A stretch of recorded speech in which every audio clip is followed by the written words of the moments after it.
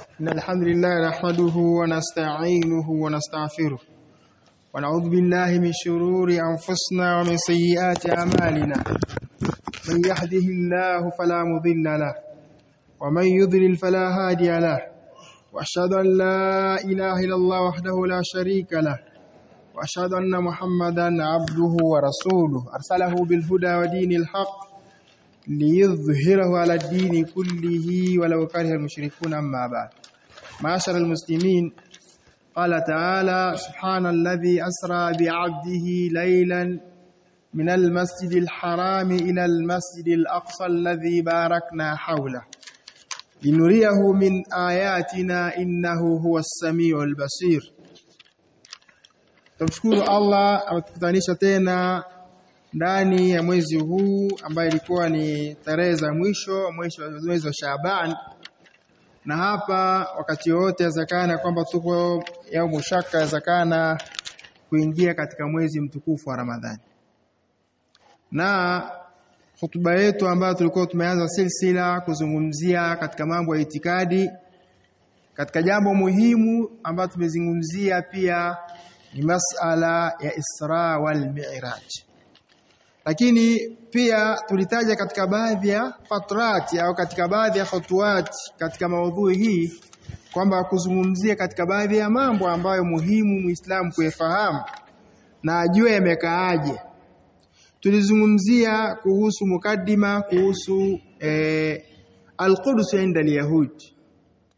Quds mbele ya Mayahudi wao wanaitizama vipi? Pia tumezungumzia Israilul Kubra vile vile. Kisha tumezungumzia Masjidil Aqsa wazilzala pia tukazungumzia. Lakini pia tukawa tuzungumzia khutuwatil Israili hadi Masjidil Aqsa, ambapo hatua za Bani Israili kuhusu kuvunja Masjidil Aqsa. Lakini pia tukagusia katika khutuwati pia al-Yahud wa istidadu bina'il haikal al-Yahud, Mayahudi na maandalizi ya kujenga bina'il haikal. Na hapa pia kuna mambo mengi pia, lakini pia kuna at-tabuti al-Yahudi ambayo bado ni moja katika mambo muhimu kuyafahamu ndani ya hutuba hii. Lakini pia kuna al-Baqara, ndani yake kuna madhhabaha ambayo itakuja kabla ya al-Baqara katika hali hiyo. Lakini ardhi hii tulisema ni ardhi mubaraka. Ardhi ya Sham ni ardhi mubaraka. Tugusie hatua hii ya baraka kwanza ili tuendelee na kila ambacho tulikuwa tumekifikia. Tulisema ardhi hii ni ardhi mubaraka, wa hiya ardhi Sham, kama tulisema ni ardhi ya Sham, ardhi imebarikiwa. Na tukasoma katika baadhi ya aya nyingi, nikiwakumbusha katika aya hizo. Mfano, Allah anasema wa awrathna alqauma alladhina kanu yustad'afuna masharika al-ardhi wa magharibaha allati barakna fiha wa tammat kalimatu rabbika alhusna ala bani israila bima sabaru. Arafi. Kwa Allah anataja wa awrathna alqauma alladhina kanu yustad'afuna masharika al-ardhi. Kwa hiyo tukawarithisha watu ambao walikuwa wakidhoofishwa katika mashariki al-ardhi na magharibi, allati barakna fiha, katika ardhi ambayo barakna fiha. Kwa hiyo tukaisoma, tutataka tuangalie baraka katika aya hizi. Kisha Allah anasema pia katika subhana alladhi asra bi abdihi laylan min al-masjidil harami ila al-masjidil aqsa alladhi barakna fi, barakna hawlahu, barakna ardhi ambayo imebarikiwa haulahu wa haulahu. Kisha tukasoma aya nyingine, Allah anasema wanajainahu wa Lutan ila al-ardhi allati barakna fiha lilalamin. Tulimwokoa wanajainahu wa Lutan na Nutu ila al-ardh, tulimwokoa wanajainahu, tulimwokoa Ibrahim wa Lut pamoja na Lut ila al-ardhi allati barakna fiha, katika ardhi ambayo barakna fiha. Sasa baraka tutataka tuzungumzie kwa ufupi baraka katika ardhi hii. Barakna fiha lilalamin. Kisha tulisoma aya nyingine Allah aliposema wa Sulaimani riha sifatan tajri bi amrihi ila al-ardi allati barakna fiha, katika ardhi ambayo barakna tulibarikia. Kisha Allah katika aya nyingine Allah asema faj'alna bainahum wa bainal qura allati barakna fiha qura dhahira, kijiji ambayo barakna fiha bali qura dhahira. Ukisoma hizi aya zote karibu aya 7 nazungumzia neno baraka. Sasa tuzungumzie kwa ufupi katika baraka kwanza ili tuendelee na khutuwat katika mambo yetu itikadi ya Isra na Miraj.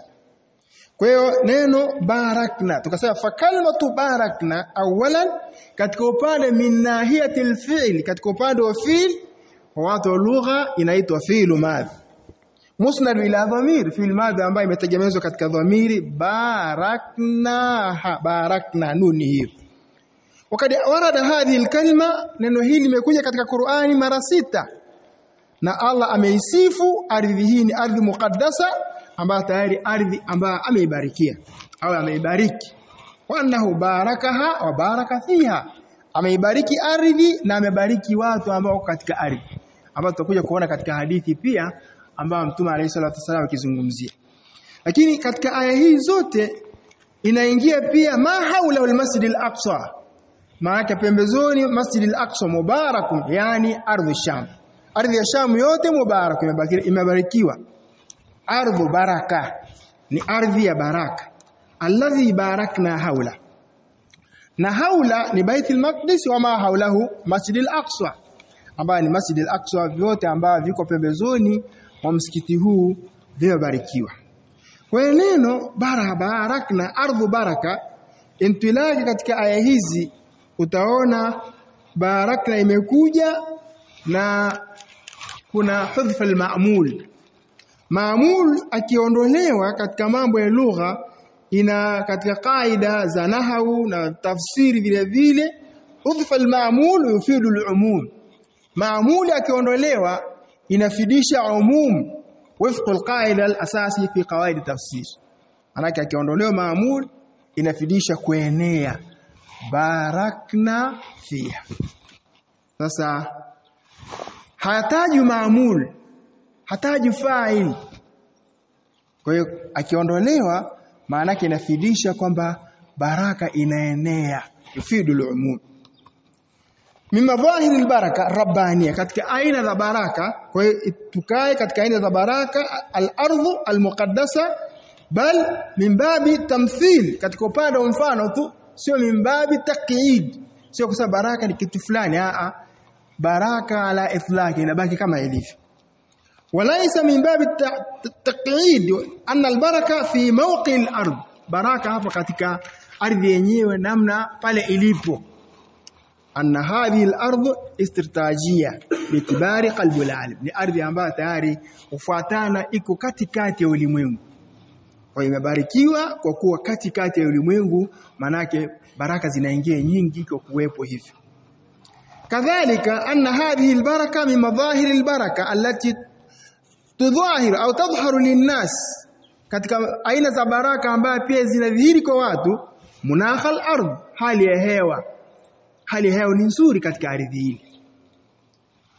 Wajawha, pia anga yake pia imebarikiwa bitibari. Kadhalika pia ukizingatia turba al-ardh swaliha, udongo pia wa ardhi ni mzuri liziraa, kulima, ambayo ina rutuba ya kutosheleza, hata kulima chochote ukipanda kinaenda vizuri.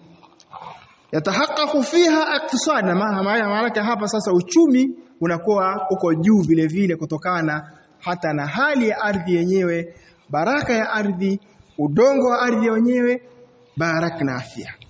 Wakati usufu fi Taurati, hakika imesifiwa udongo katika Taurati kwamba ardhi hii ardhu tajurru labana wa asala, ni ardhi ambayo kazi yake inaleta maana yake maziwa ni mengi, asali nyingi pia, kama kwa Taurati imezungumziwa. Lakini hunaka baraka tarikhia, lakini pia kuna baraka ya historia kitarikhi, kama ala umami sabiq aqamu ala hadhihi al-ard. Ni nyuma au ni watu wangapi katika nyuma zilizopita zilizokaa katika ardhi hii? Watu waliokaa katika ardhi hii ni wengi. Hii pia ni baraka. Wa kam min al-qada allati hakamuha, katika viongozi waliotawala ile ardhi, viongozi wangapi? Wako wengi sana, hawana hata idadi. Wa kam min aljuyush marrat fiha, wangapi katika wanajeshi waliopita wa Kiislamu katika ardhi hiyo? Wengi. Ukianza kueleza nukta moja, itabidi sasa hiyo sasa ni bahthi kubwa kuhusu kuzungumzia kila nukta moja. Wa kam min almaarik wal malahim as-sadika, ni ngapi katika vita ambavyo vita vya kweli lati waqa'at ala hadhihi al-ardh, vilitokea katika ardhi hii kuanzia mwanzo huko. Vita vingi vinatokea katika hiyo ardhi. Wama zala malahim tantadhir, na bado vita vinaendelea mpaka sasa hivi. Wangapi katika Waislamu wa Palestina waliouawa? Wengi. Vyombo vya habari vinasema zaidi hivi sasa, wanawake na watoto wadogo zaidi ya 1050. Tangu vita vianza zaidi ya mwaka mmoja sasa umefika. Wa kam min ad-dima'i allati uriqat, ni damu ngapi ambazo zimemwagwa? Wama zala tasiru ala al-ardh Sham, na bado zinaendelea katika ardhi ya Sham. Yote ni baraka hiyo ardhi hii.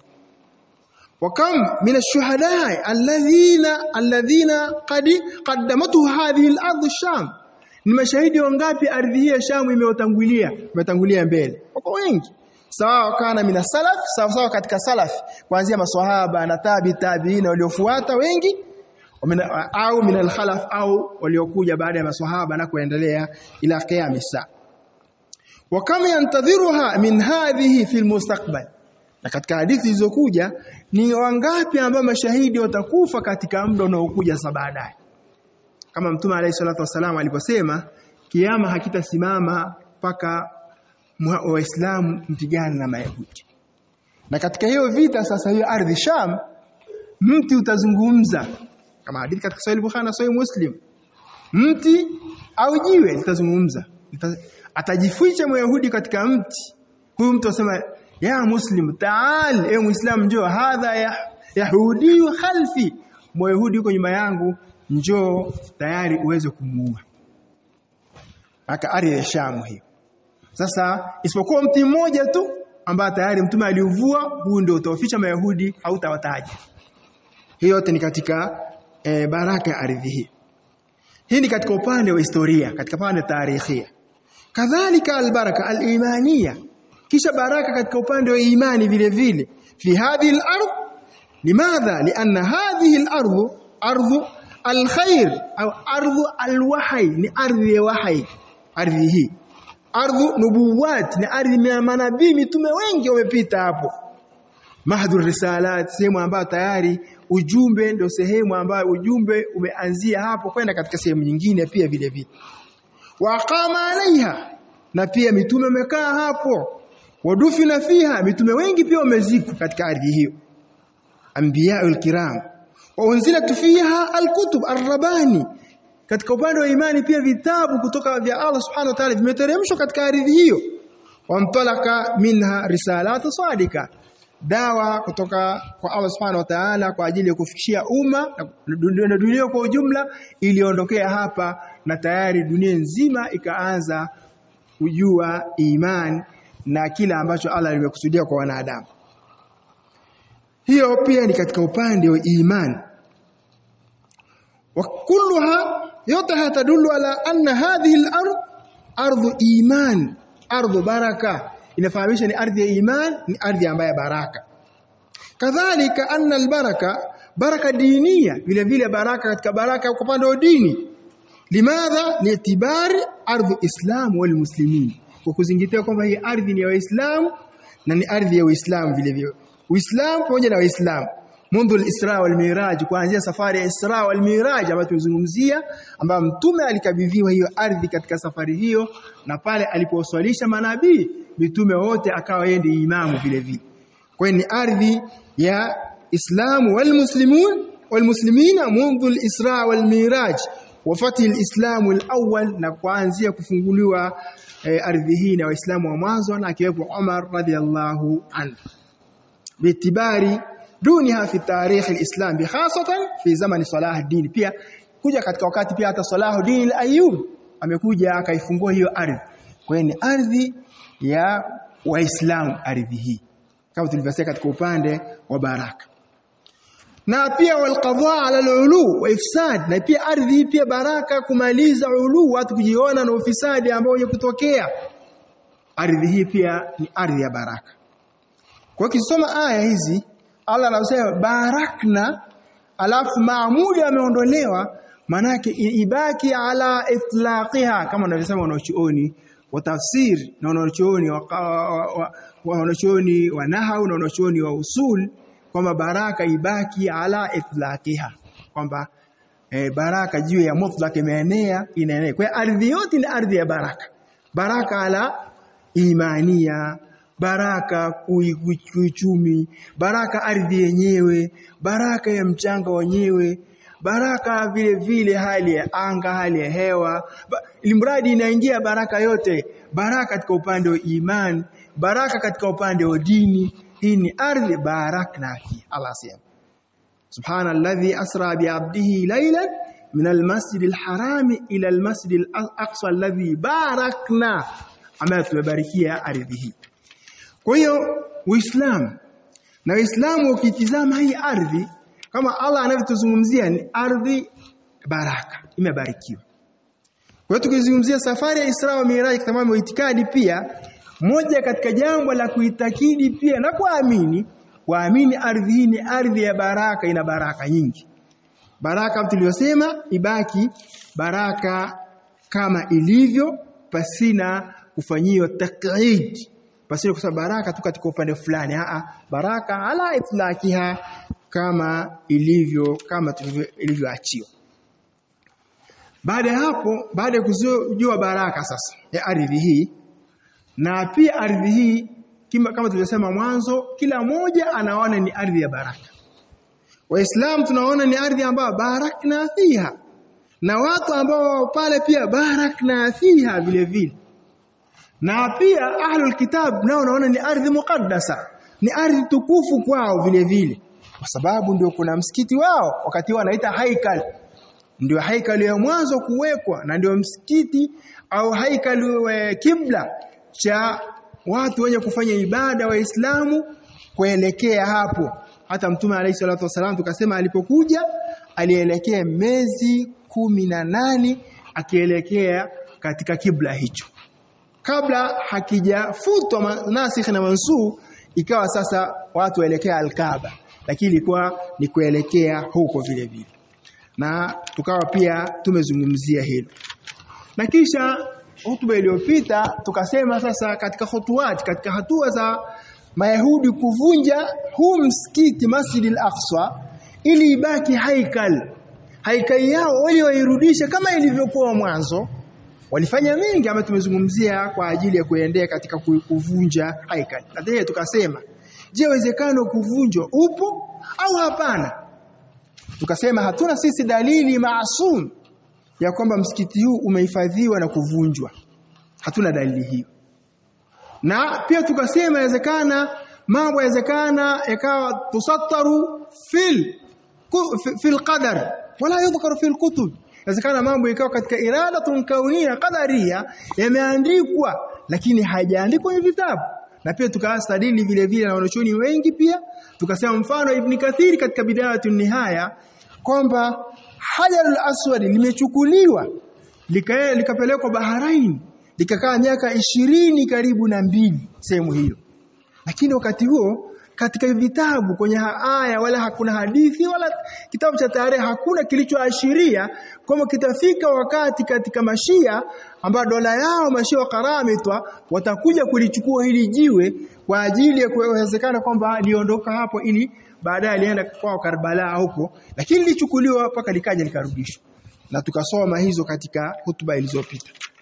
Kwa hiyo tukasema ala kulli hal, ardhi hii ni ardhi mubaraka, na wao pia wanaona ardhi takatifu, na kwa hali hiyo wanaona kuna haja ili haikali yao irudi, kuna haja ya kuasisi katika baadhi ya mambo kuzingatia ili waweze kuweka haikali yao katika hiyo ardhi tukufu. Sasa kwa leo katika hotuba yetu ya leo, baada ya kuzungumzia haikal Suleiman tumeshajua, sasa bado tunaendelea na hotuba hizi ambazo zinazungumzia katika hotuwati hizi ambazo zipo. Hotuwati Israeli sasa ambazo tulikuwa tunaendelea, hatua za Israeli kwa ajili ya kuvunja Masjid al-Aqsa. Kuna hatua zao kuhakikisha Masjid al-Aqsa ili waweze kuvunja msikiti huu.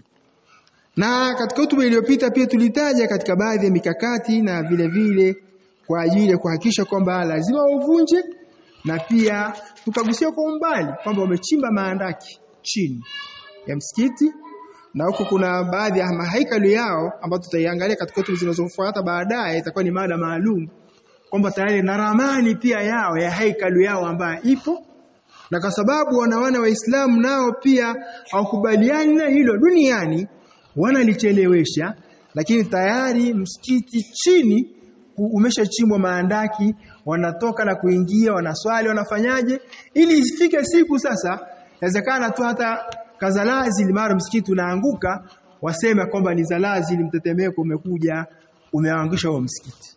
Haya mambo yamefanyika. Lakini pia hufuriyati pia ambao wamechimba kwa mujibu wa nini ambazo tutazizungumzia pia vile vile mzione namna zilivyokaa. Sasa katika mambo ambayo kuna kitu kinaitwa taabut. Leo tuzungumzia taabut na madhabaha. Bani Israeli wanaamini kwamba kufika ili kurudisha Mayahudi hawa kurudisha hekalu yao, kuna kitu kinaitwa taabut, sanduku hili. Aqul hiya ustur al-ukhra, ni moja katika mambo asatir ambayo mengine wamevumbua na kuyasingizia kwamba kuhusu kitu kinaitwa taabut. Tataalaku bil haikal al-yahudi, sanduku hili linaambatana na hii haikal al-yahudi. Inaha ustura at-taabut alladhi kana mawrutha min zamani Musa. Sanduku hili lilikuwa tayari limerithiwa katika wakati wa Musa kama Qur'ani inavyoeleza. Walladhi hamalatuhu almalaika, ambao malaika walibeba sanduku hili fi zamani nabii Shamuel, katika wakati wa nabii Shamuel, lituthbita li bani Israil ahqiyat at-talut bil mulk, ili thibitishie bani Israil mwenye haki ya kuwa mfalme Talut, kama ambavyo tutaona katika aya katika surati al-Baqara na katika ambazo zinazungumzia hiyo. Kwa hiyo Talut sasa kuna Jalut. Sasa ili kuthibitisha ni nani mwenye haki ya ufalme sasa, Talut huyu. Na wao walikuwa wanaona Talut anastahili kwa sababu moja katika bani Israeli, katika watoto wa Yaqub ambao walikuwa kuna Lawi, kwa upande wa Lawi wamekuja bani Israeli wengi. Kuna upande wa Binyamini pia vile vile katika watoto wa nani wa Yaqub. Lakini huyu Talut hayuko katika aina hizi mbili, sio upande wa Lawi wala sio upande wa Binyamini. Sasa je, anafaa na yeye kuwa ni kiongozi au ni mfalme? Kama vitabu vya tafsiri vinavyoeleza. Kwa hiyo wakatilia shaka kwamba wakati huo sasa kwamba kuna haja, kwa sababu hali imekuwa ngumu na walifanya maasiya, na baada ya kufanya maasiya sanduku hili sasa likaondolewa, ambao kama tutaona kwa mujibu wetu sisi sasa. Lakini kwanza tuzungumzie kwa mujibu wao. Sanduku hili taabut ambayo limetajwa kwa Qur'ani katika wakati wa Musa alayhi salatu wasalam, almadhkura fi surati al-Baqara, haqqun nu'minu bi, sisi kuna haki kwa lazima tuamini, kwa sababu Qur'ani imelitaja sanduku hili, kuna haki ya kuamini li'annahu madhkuru fi al-Qur'an, sanduku hili limetajwa kwenye Qur'an. Walakin ma laysa haqqan, lakini jambo ambalo sio la haki, anna al-yahuda yazumuna annahum sayahsuluna marratan ukhra, Mayahudi wanadai watapata mara nyingine na watashinda vita vingine, wasayakunu mahu, na hili sanduku pia watakuwa nalo pia sanduku hili katika hivi vita ambavyo vitakuwepo sasa. Wanadai watakuwa nalo fi ma'arikihim, katika vita vyao, alfasil ma'adaihi, ambao vita vipo pamoja na maadui wao. Walakin hadha al-amr ikhwani fi, lakini jambo hili intaha biintihai afdaliyati bani Israili, lilimalizika baada ya kuwa bani Israili Allah aliyofadhilisha kwa ni bora likawa limeisha.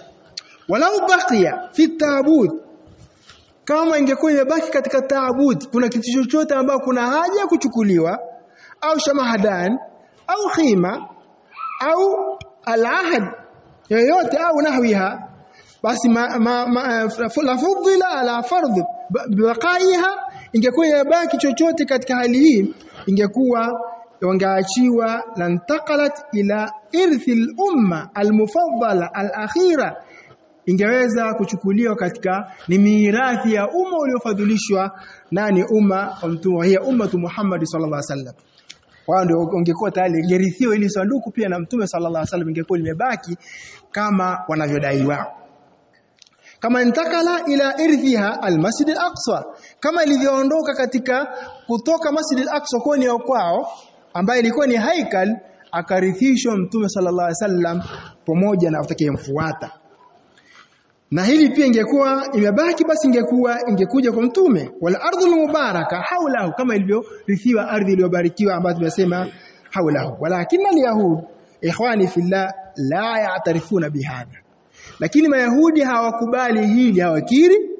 Wala yuqirruna bi Muhammad sallallahu alaihi wasallam, wala hawamkiri na pia kumkubali mtume Muhammad sallallahu alaihi wasallam birisala aslan, kwamba amekuja ni rasuli, ni mtume. Hili hawakubaliani nalo. Walihadha fa inna kulla ma kana muqaddasan, wa hali hii sasa kila ambacho kimekuwa ni kitukufu fi kutubihim, katika vitabu vyao, wa diyanatihim, na katika dini zao, almansukha, ambazo zimeshafutwa baada ya kuja Uislamu, baadhi la tazalu ala sifatihi indahum, bado kila ambacho kimetajwa kwa vitabu vyao kwa Taurati bado wanaona bado ni kitukufu kwa mujibu wao, kwa sababu hawakubaliani na mtume sallallahu alayhi wasallam. Wala hadha falhaykal la budda yahtawi fi nadhar al-yahud, haykal lazima ikusanye katika mtizamo wa Mayahudi ala tabuti al-ahd al-qadim, ya tabut sanduki hili ambalo la mwanzo ambalo lilikuwepo, hatta taktamila sifatuhu diniya, ili haykal iweze kukamilika sifa yake ya kidini. Walakin aina tabuti, lakini kwa hali hiyo, hilo sanduku liko wapi sasa? Aina taabudi al-an, hili sanduku hivi sasa liko wapi? Ustura ukhra, kuna usturu mwingine tataharaku fi ufq al-ba'id, ambao wanatoka katika sehemu za mbalimbali zote kwa ajili ya kuweza tuhawil al-maji'u min al-alam al-ghaibi as-sahiq, kama kuileta hili sanduku kutoka ulimwengu mbali kabisa. Fakad akada sahifa, hakika ilisitiza sahifa Maarifu Israeli, katika gazeti lao hilo Maarifa Israeli, fi adadi sadir, katika idadi sadir li shahri, katika mwezi wa Oktoba, liam mwaka 1997 milad, imekuja hivi anna tabuta al-ahdi al-qadim, wanaeleza akatabuti ili sanduku ahdi al-qadim mawjudu al-an fi Ethiopia, hivi sasa liko Ethiopia, anasema hivi wao wenyewe. Wa nuqlat an ahad ulama al-athar, na pia minukulio mmoja katika wanaochuoni ambao wa tarehe na kufuatilia katika wanaochuoni hawa al-bahthi wa tarikhia al-yahud, inna Manalik, haka Manalik, huyo Manalik Bani Israil au ibni Nabii Suleiman, Manalik mtoto wa Nabii Suleimani alayhi salatu wasalam, min Balqis, aliyompata kutoka Balqisi ambaye alikuwa ni malki Saba, mfalme wa Saba, naqalahu ila Saba baada wafati abi, alihamisha sanduku kutoka Saba baada ya kufa baba yake. Wanasema wenyewe katika nizao. Wakad nuklat as-sahifa, pia imenukuliwa sahifa al-Bahith Israili hii, hadhihi tasrihat, thumma aqaba biqawli, kisha wakasema kwa kauli yao waliposema inna at-tabut ala hadi mawjud bil fil fi makani sirri, akaili sanduku hili lipo katika sehemu ya sirri fi shimali Ethiopia, katika kaskazini mwa Ethiopia, qurba Madina, karibu na mji ambao unaitwa Aksum al-asimati al-qadima, ambao ulikuwa ndio mji wa zamani ayam hukum Balqis, katika wakati wa utawala wa Balqis wa Suleiman. Kwa hiyo iko limeweka katika sehemu ya siri. Walati hakamaha Manalik ambaye ametawala Manalik baada ya mama yake muddat 25 ama alitawala miaka 25. Manalik huyu mtoto wa Nabii Suleiman aliompata kwa huyu mwanamke ambayo anaitwa Balqis, kama Allah anavizungumza katika surati An-Naml, kisa kirefu ambacho kimezungumziwa hapo. Thumma adafat sahifa, kisha sahifa Israeli ikasema qaila, wakasema hivi, la ahadun yarif makana tabut. Hivi sasa hakuna yeyote anayojua sehemu ambayo sanduku lipo illa afrada qalail, isipokuwa watu wachache sana, min kibari mas'ulina fi dawlat Israel, katika wale watu wakubwa katika dola ya Israeli wachache ndio wanalifahamu hilo sanduku liko wapi. Wa hunaka ra'yun akhar, lakini kuna rai nyingine pia, wanasema fi tahdid makanu tabut, kwa ajili ya kuweza sehemu hili sanduku liko wapi. Sasa rai ya kwanza iko Ethiopia, Mayahudi wanaamini hivyo. Kuna rai nyingine, wa huwa sa'id aidan baina adid min jamaat al-yahud al-mutatarrif, na pia ni rai ambayo tayari vile vile imepita katika jamaa wengi katika Mayahudi ambao mutatarrif wenye msimamo kali, wa annahu fi makani ma fi tabaqati namiq, hili sanduku liko katika sehemu tabaka ya ndani kabisa, tahta Qudus al-Aqdas, chini ya Qudus al-Aqdas liko hapo, yani tahta al-ardh al-muqam alayhi al-an Masjid Sokhara, chini ya ardhi ambayo hivi sasa kuna msikiti unaitwa Masjid Sokhara, liko hapo. Masjid Sokhara liko sehemu limehifadhiwa hapo. Wa hadha huwa ra'yu sha'i'u at-taqlid as-sa'i' baina al-yahud fi al-alam, na hii ndio rai iliyoenea zaidi katika wale watu wenye kufuata rai hii katika Mayahudi wote ulimwenguni, wanaamini sanduku liko chini ya Masjid Sokhara, wanaamini hivyo. Walladhi bimujibihi bad'at al-hufriyat, kwa hapa sasa kulianza kuchimba tahta sahati Masjid al-Aqsa, kuchimba katika uwanja wa msikiti huu Masjid al-Aqsa.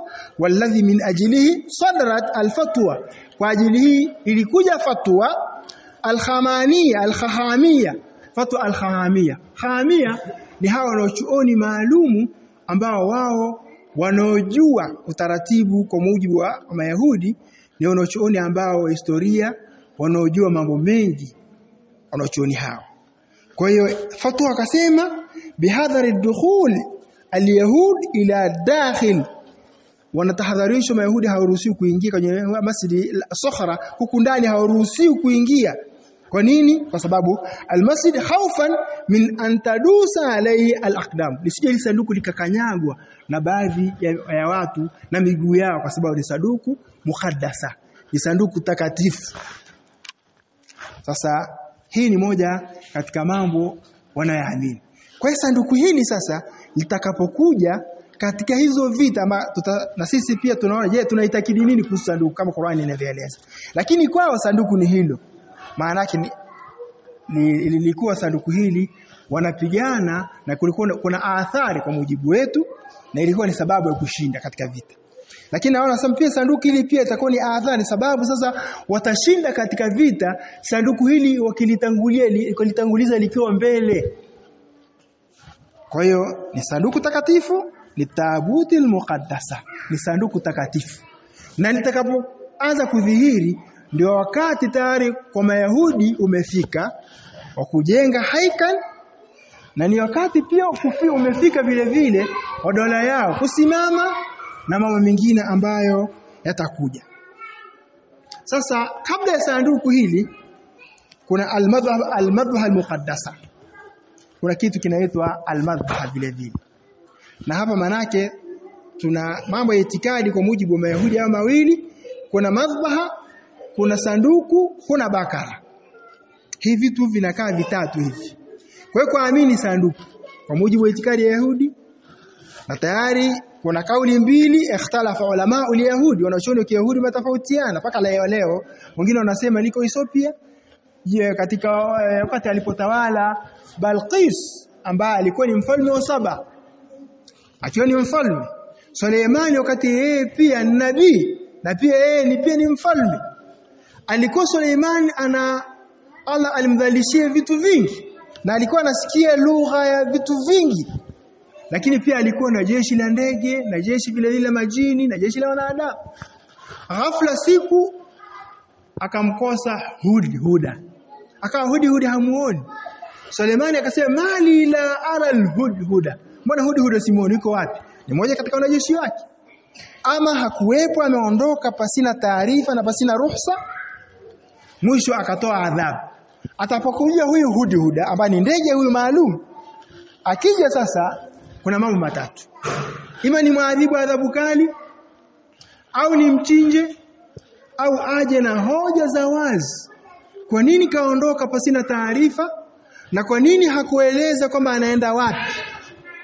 Mara kakaa muda si mrefu, Hudhuda kafika, akaambia ulikuwa wapi, na kuondoka kwako pasina taarifa Suleimani amekupa adhabu mambo kadhaa. Moja katika mambo kwamba kuna adhabu ima ya kukuchinja, au vile katika adhabu manake au uje na hoja ya waziwazi. Akasema hoja ni nayo, akaenda. Mwisho akasema Suleimani, mimi nimegundua ulichokigundua wala ambao hukijui. Hivi sasa mimi nakuja mimi Saba, natoka katika nchi ya Saba. Nchi ya Saba ni nchi ya Yemen. Natoka huko binaba yaqin, na habari za yaqin. Nimeenda huku, nimemkuta mwanamke tamliku, anaumiliki watu. Alafu mwanamke laha arshun adhim, ana kiti cha ufalme. Lakini jambo la ajabu ambalo nimeliona, na wewe ni mfalme, wajatuha wa qaumaha yasjuduna lishamsi min dunillah. Nimemkuta mwanamke na watu wake wanasujudia jua tofauti na Allah. Suleimani sasa kama mfalme na kama nabii, hili akaliona kwamba hii ni hatari sasa. Mwisho kwa sababu ambaye una ushahidi katika hili, maana yake isije ukawa unajitetea. Na kama ni kweli, na kuandikia barua sasa umpelekee. Huyu mwanamke ndio anaitwa Balqis. Hudhuda akapelekwa barua, akapeleka paka katika nchi ya Saba ya Yemen. Mwanamke yule akachukuliwa ile barua, amerusha au amedondosha yule ndege, kisha anasubiri sasa. Sasa ukifika pale baada ya kuwapa hiyo barua, usubiri baada ya kuisoma hii barua hii mwanamke atafanya nini. Sasa mwanamke mfalme ana jeshi ana nini? Akaichukua akaiangalia, kisha yule mwanamke akasema ya ayyuhal malau, enye mawaziri wangu na nini. Mimi nimepata kitabu barua kutoka kwa Suleimani. Na hii barua imeandikwa innahu bismillahir rahmanir rahim. Kisha inaniambia alla ta'lu alayya utuni muslimin. Naomba eti mimi nisifanye kibri, eti niende hali ya kuwa nimesilimu. Mnanishauri nini katika hili?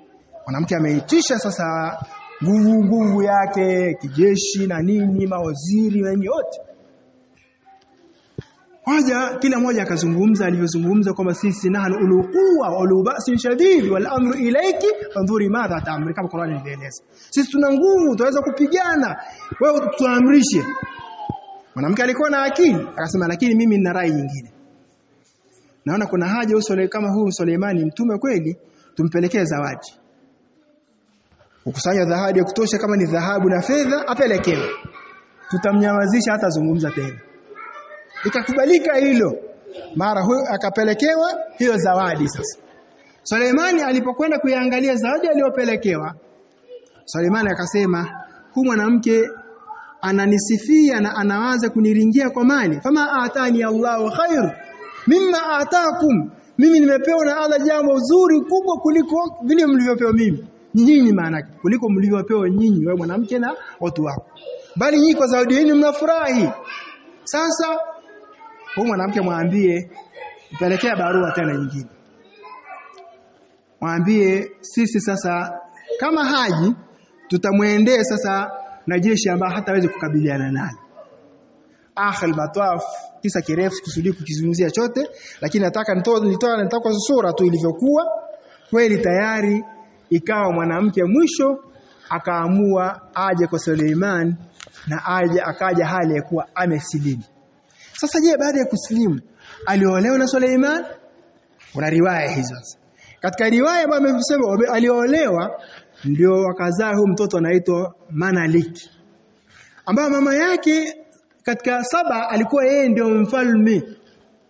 Na huyu sasa akatawala miaka 25 baada ya kufa mama yake, kwa sababu tayari aliolewa na tayari akasilimu na ikawa katika hali hiyo. Sasa Mayahudi sasa katika kisa hiki na tarehe hii wanasema hili sanduku liko Ethiopia.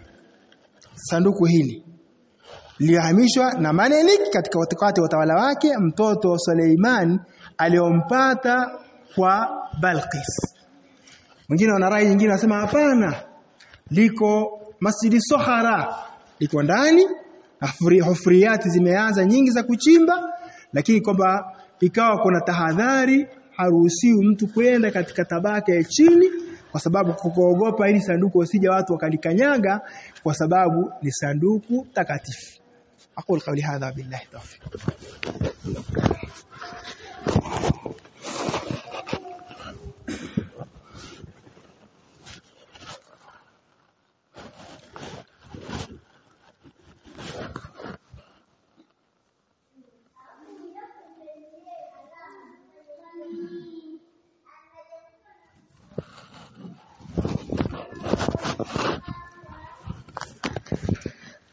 إن الحمد لله نحمده ونستعينه ونستغفره ونعوذ بالله من شرور أنفسنا ومن سيئات أعمالنا أما بعد. Kwa hiyo moja katika itikadi kuamini kuna sanduku, na sanduku hili yataalaku bil haikal, linaambatanishwa na haikal. Likiwepo hili litakuwa ni sababu sasa kupata kile ambacho katika vita vyao na nini, katika kushinda kwa baraka za hili sanduku kwa mujibu wao. Sasa kwa hali hii sasa kuna al-madhbah al-muqaddasa. Sasa jambo la pili, kuna kitu kinaitwa madhbah ambao wameandaa madhbah al-muqaddas, sehemu ya kuchinja, sehemu takatifu pia inaitwa kuchinjia ng'ombe, mbuzi, nini. Walladhi yu'addu fil haqiqa min ahammu ma yataallaqu bit-tuqus, ama pia imehesabiwa na wanaizingatia ni katika jambo muhimu ambalo linaambatana bit-tuqus dakhil al-haykal. Kuna ibada ambazo wanazifanya Mayahudi zinaitwa tuqus, ibada zao ndani ya haikal, ambao watakayejenga lazima kupatikana madhbah al-yahud al-maud. Katika hii haikal ambayo wameahidiwa lazima irudi hiyo. Wa hadha al-madhbah, na hii madhbah ya kuchinjia maalumu, ikhwani fillah, qad unjiza bil fil, imeshaanza kupitishwa. Fakad intahat munazzamat harakati i'adati al-haikal, katika baadhi ya harakati zote zimeanza kupitishwa za kurudisha haikal hii mimbinai hadha al-madhbah. Kabla ya haikal haijarudi, kwanza hii madhbah ijengwe, madhbah hiyo sehemu ya kuchinjia fi mantiqa qariba min bahri al-mayt, katika sehemu karibu na bahri al-mayt. Kuna bahari ambayo inaitwa baharul mayt, ambayo au inaitwa Red Sea au baharul ahmar inaitwa hivi. وقد أعد بطريق تمسه بنقله في الوقت المناسب إلى القلب الهيكل. madhbah hii ikiwa tayari ikatengenezwa, itakuwa ndio sababu ya haikali kurudi. Haithu nashara baadhi suhuf, vimeeleza katika baadhi ya magazeti na katika baadhi ya vyombo vya habari katika mwaka 1997 miladia, anna sharakat al-Israel, hakika mashirika yote ya Israel ya watu binafsi na ya dola kwa ujumla katika ardhi hii ambayo muhtal fil mashru', wote wameshaanza tawalla idari tajhizati, kuandaa hiyo madhbah bituli 30 mitra, ambao urefu wake kama mita 30 ala nafsihi alhay'a kana ala almadhbah, kama ilivyokuwa mwanzo hiyo madhbah alqadima. Wadhakara baadhi wakalat al-anba, katika baadhi ya vyombo vya habari pia vimetaja vya Israel, anna madhbaha al-mawjud al-an, madhbah ambayo iko hivi sasa fi mantiqati qarib min bahri al-mayt, ambayo iko karibu na bahri al-mayt, qala qad takarrara ardhuha, ilikuwa imeshapitishwa kabisa kuionyesha fi sali wasit tabil mahad dirasa, katika kufuatana na vyombo na vyao vikuu kuifundisha hiyo madhbah, vyuo vikuu al-haikal madinati muqaddasa, kwamba hii haikal hii ndio mji mtakatifu, hii madhbah iliyoandaliwa. illa anna makhawifa amniya, isipokuwa baadhi ya lazima imeogopewa kwa sababu ya amani. Jalat Israilin, umejalia Israilin yufakiru arudha, je tuionyeshe watu waione moja kwa moja au tuifiche? Wakaendelea kuificha mpaka sasa hawajaionyesha. Sasa jawabu hadhihi al-as'ila, hal huwa anna al-yahud yuhayyuna al-madhbaha, kwa nini mayahudi waandae hii nini madhbaha kuchinjia hii, liyakunu masraha liriwaya usturia min akbar riwaya, ili kwa nini iandaliwe? Kwa nini wa ustura al-Baqara? Sasa hapa maana yake ndio tunakuja katika Baqara. Sasa kwao pia wanaitakidi kuna kitu kinaitwa Baqara, kama tulisema katika Taabut, ama tulikuja kuona katika kwa mujibu wetu Qur'ani inalizungumziaje hili sanduku, lakini pia wao wanaamini kuna Baqara, kuna ng'ombe. Kwa hiyo madhbaha hii imeandaliwa kuchinjia kwa ajili ya kuja kuichinja hiyo ng'ombe. Na kwa nini? Ambayo inaitwa Baqaratul Hamra, ng'ombe mwekundu. Fama hiya hadhihi al-Baqara, hii Baqara ni ipi? Al-Hamra. Wama qisatuha, kisa chake ni kipi? Al-Qadim, kisa chake cha mwanzo. Wama tajidunaha, wakati gani wataipata hiyo ng'ombe? Wama tayadhbahunaha, lini wataichinja?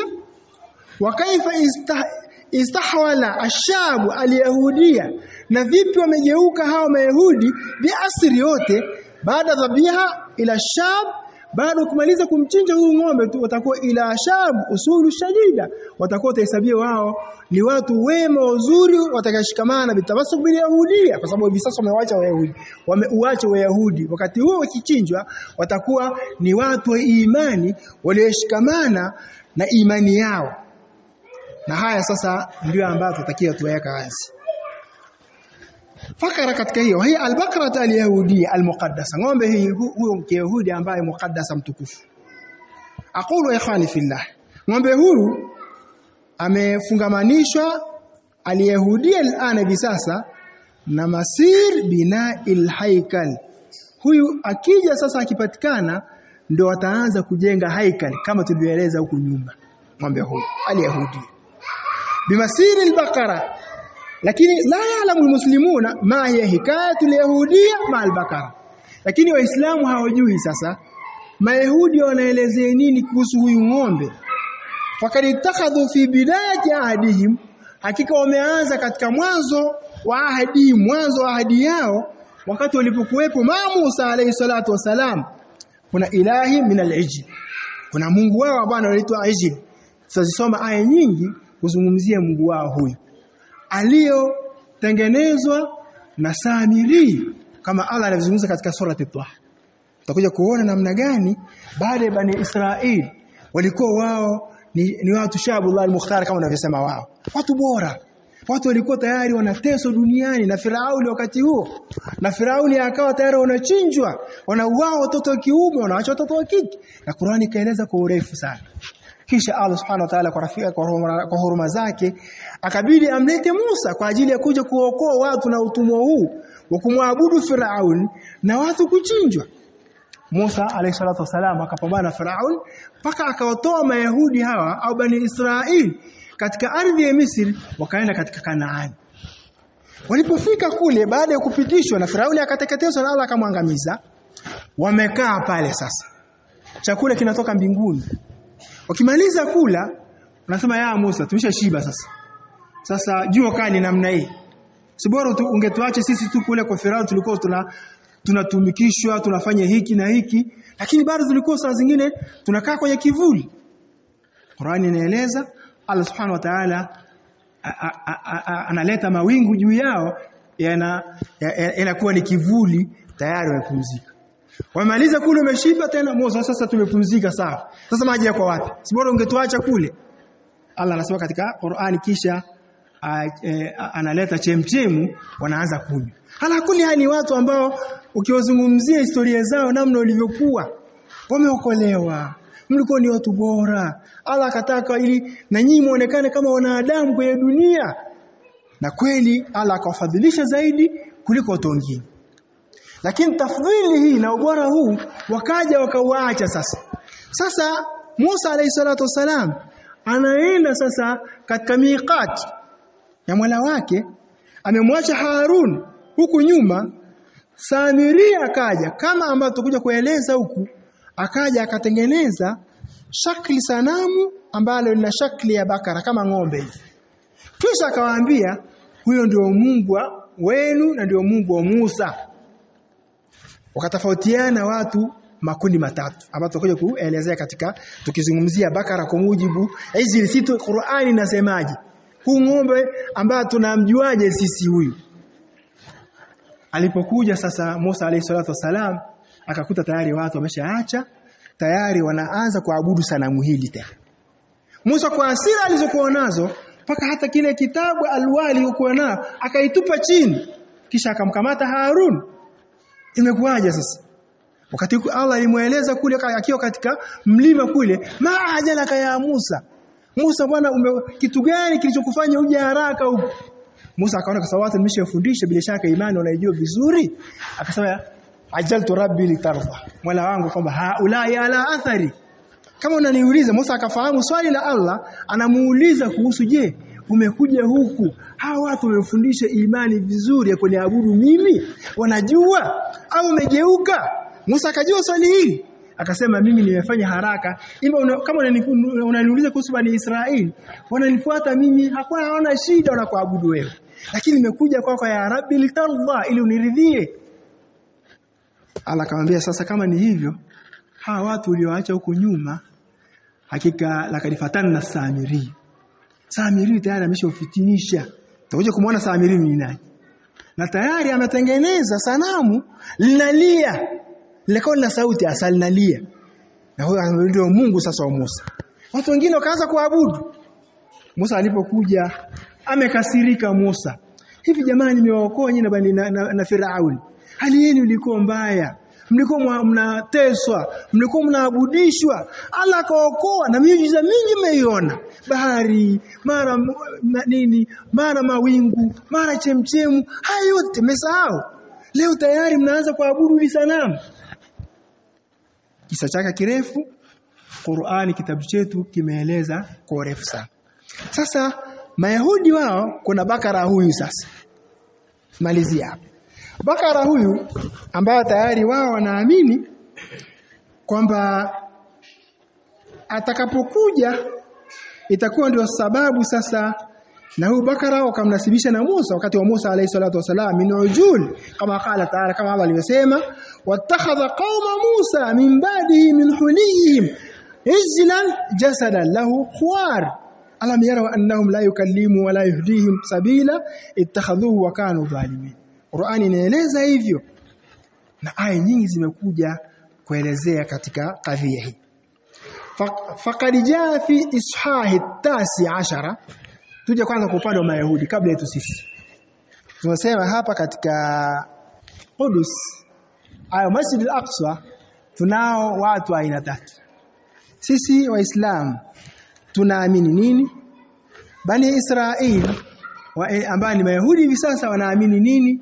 Na Manasara wanaamini nini? Imekuja katika ishahu 19 min sufr al-adad fi Taurati al-Yahudi, katika Taurati ya Mayahudi maana imekuja hivi: وكلم رب موسى وهارون قائلا هذه فريضة شريعة التي أمر بها رب قائلا كلم بني إسرائيل أن يأخذوا إليك بقرة حمراء صحيحة لا عيب فيها ولم يعلو عليه نير وهو خشب التي توضع على عنق الثور للحراثة ولم يعلو عليه نير فتأتوها عزار الكاهن فتخرج خارج المحلة وتذبح قدامه ويأخذ العزار الكاهن ودمها بأسبع وينحذ من دمها في وجه خيمة الاجتماع 7 سنوات ويحرك البقرة أمام عينيه يحرك جلدها ولحمها ودمها مع فرثها ويأخذ الكاهن خشبة أزر رز وقرمزا ويطرحهن وسط حريق البقرة ولم يغسل الكاهن ثياب kisha takunu al-bakara li bani Israil walil-gharib an-nazil fi wasatihim faridatun dahiya. Mwisho kunukuu katika Taurati inazungumzia bakara kuja. Nifasiri neno hilo sasa tukaishia hapa.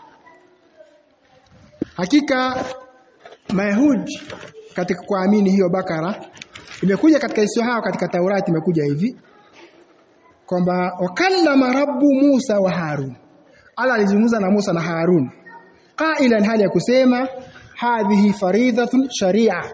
Haya ndio mambo ya fardhu ambayo ni sharia allati amara biha rabbu wala wako alioamrisha. Qailan hali ya kusema kallim bani Israil, waambie bani Israil ayakhudhu ilayka bakaratun, wamchukue huyo ng'ombe hamra, ng'ombe huyu mwekundi sahihi, ng'ombe ambaye ni mzima, la aiba fiha, ambaye hana aibu, wala mialu alayhi nayir, ay nayir manake wala mialu alayhi nayir, ng'ombe huu manake hali ya kuwa hajapata hana chochote, manake ni ng'ombe safi. Wa khashabu allati tudha ala unuki thawr, manake wala mialu alayhi nayir, manake ni ng'ombe ambaye hajawahi kupelekwa akalima kama watu wanavyolima na ng'ombe hivi sasa, ndio neno nayir lilhiratha, hajalimishwa huyo ng'ombe. Wala mialu alayhi nayir ay fatatuha azara alkahin, sasa ataletwa sasa kwa kuhani wa Kiyahudi, fatukhraju kharij almahalla, atatolewa katika hiyo sehemu, watudhbahu qudama, alafu atachinjwa mbele, wayakhudhu alazaru alkahin, huyo kuhani wa Kiyahudi atachukua damu yake biusbu, kwa kidole chake, wayandahu min damiha, kisha ile damu yake ataanza kuirusha fi wajhi khima, atairusha ile damu yote katika wala ambao katika hilo hema lao alijtima 7 sanawati, miaka 7.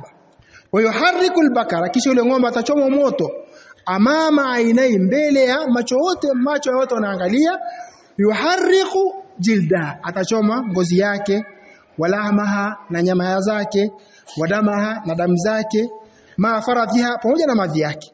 Wayakhudhu alkahin, kisha huyo kuhani atachukua khashabat aluruz, mti maalumu qurmuz, wayatrahunna kisha atatupa sasa wasatu harir, katikati ya ile ng'ombe baada ya kuchomwa hiyo bakara. Thumma yaghsilu alkahin thiyaba, kisha ataosha sasa ule kuhani nguo zake. Takunu bakaratan bani Israil, hapa huyo ng'ombe ndio anakuwa bani Israil, wal gharibu nazil fi wasatihim faridatun dahiya. Sasa huyu ndio ng'ombe ambao wanamzungumzia katika Taurati. Huyu ng'ombe kwa sababu anaamini kwamba wao wamefanya machafu mengi, wamefanya shirki nyingi, wameua sana. Huu ng'ombe huyu akija atawatakasa na kuwasafisha, watakuwa watakatifu, ili wao wanafaa sasa kukaa na kuweza kuendesha hii haikal ambayo ipo kwa ajili kuwarudisha watu sasa Mayahudi washikamane na Taurati. Kwa hiyo ng'ombe huyu anakuja, wanamleta, wanaamini atakapokuja huyu ng'ombe itakuwa sasa Mayahudi wote watakuwa watakatifu tena, pamoja na yale ambayo tuliyofanya mengi, tumeua sana mengineyo, itakuwa ni moja katika sababu. Sasa wakati wetu umefika. Huyo ng'ombe yuko wapi sasa? Inshallah katika utuweza kuja tutamuona yuko wapi na maandalizi yaliyofanyika, na paka mwingine wasema tayari mtakuja kuona katika hili linalokuja, ili tuje katika upande sasa. Je, Waislamu sisi tuamini nini kuhusu ng'ombe huyu? Yupo au hakuna? Tuamini nini kuhusu sanduku hili? Na je, likoje? Hizo zote ni kuzungumzia safari ya Isra na Miraj, mambo yote, na katika ardhi mubaraka, ardhi iliyobarikiwa, mambo haya na wao wanaona jambo la baraka, lazima lifanyike hiyo. Aqulu qawli hadha wa billahi tawfiq. Allah salli ala Muhammad wa ala ali Muhammad kama sallaita ala Ibrahim wa ala ali Ibrahim, wa barik ala Muhammad wa ala ali Muhammad kama barakta ala Ibrahim wa ala ali Ibrahim fil alamin innaka Hamidum Majid.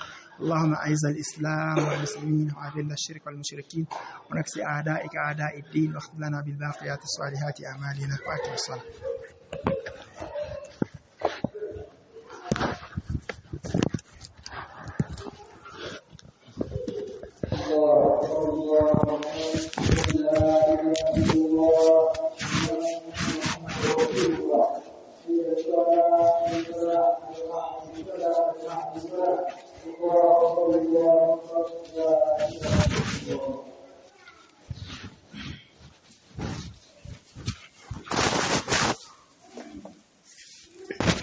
استووا